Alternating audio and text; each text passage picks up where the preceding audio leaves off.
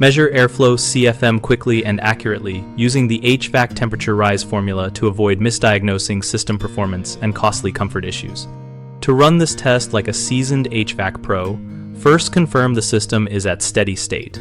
Run the heat or cool mode until supply and return temperatures stabilize for at least 10 minutes and record ambient conditions. Use a calibrated digital thermometer or thermistor probes placed 1 inch into the return and supply airstream away from grills or diffusers. Calculate temperature rise or drop precisely by subtracting return temperature from supply temperature.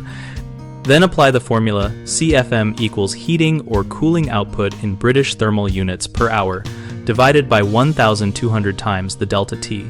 Temperature difference for electric heat use measured kilowatts converted to British thermal units per hour, and for gas or oil heat use rated input minus exhaust losses if you have flue loss data.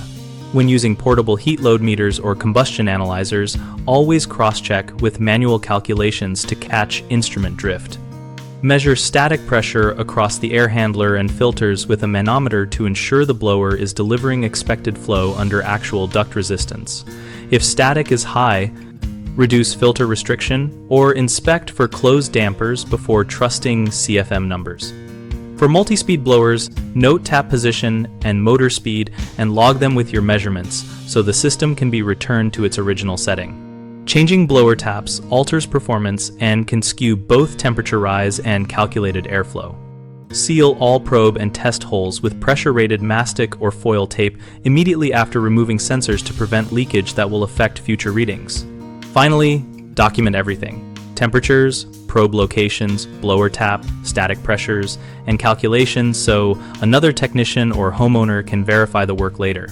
One of the most common mistakes is leaving blower taps changed after an airflow test, which ruins system balance and causes incorrect temperature rise and comfort complaints.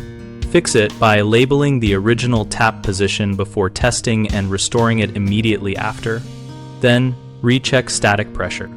One of the biggest errors is failing to reseal test holes and open access panels, creating duct leakage and poor performance. Use approved mastic or UL-rated foil tape and replace electrical covers and access screws to restore airflow integrity. One of the frequent oversights is relying on a single temperature reading near a grill rather than averaged readings across the airstream, producing inaccurate CFM calculations. Correct this by taking multiple evenly spaced probes across the return and supply openings and averaging them as your input temperatures. BigHomeProjects.com lists trusted local HVAC contractors and offers searchable profiles so homeowners can find qualified professionals who follow these airflow test best practices. It also helps contractors get work by featuring verified reviews, service descriptions, and contact options that connect skilled technicians with nearby clients.